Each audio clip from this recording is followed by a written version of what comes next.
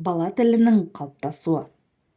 Дыбыс баланың шыр етіп өмірге келген сәтінен бастап бойына беріліп қойылған қабілет. Осы дыбыстар арқылы баланың ойы, тілі, танымы дамый бастайды. Сөйлеу тілі шыққанға дейінгі кезеңде дауыс реакцияларын ғана байқаймыз. Олар айқайлау мен жылау.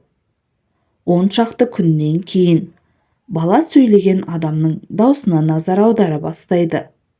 Жылауын қойып, өзіне сөйлегенді тыңдайды. Кейін интонацияға реакция қайтара бастайды. Жылы және қатты сөйлегенді сезеді. Ең бірінші пайда болатын дауысты дыбыстар. Олар бізде А, О, У, Э. Содан кейін еріндік дыбыстар Б, П, М пайда бола бастайды. Балада 6-7 айынан аса былдыр пайда бола бастайды.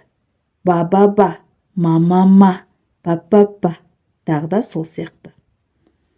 8-9 айынан аса бала ересектердің сөйлеу тіліне еліктейді. Заттарды, қимыл қозғалыстарды дыбыс тіркестерімен айтады. Аф-аф, ням-ням, бум-бум.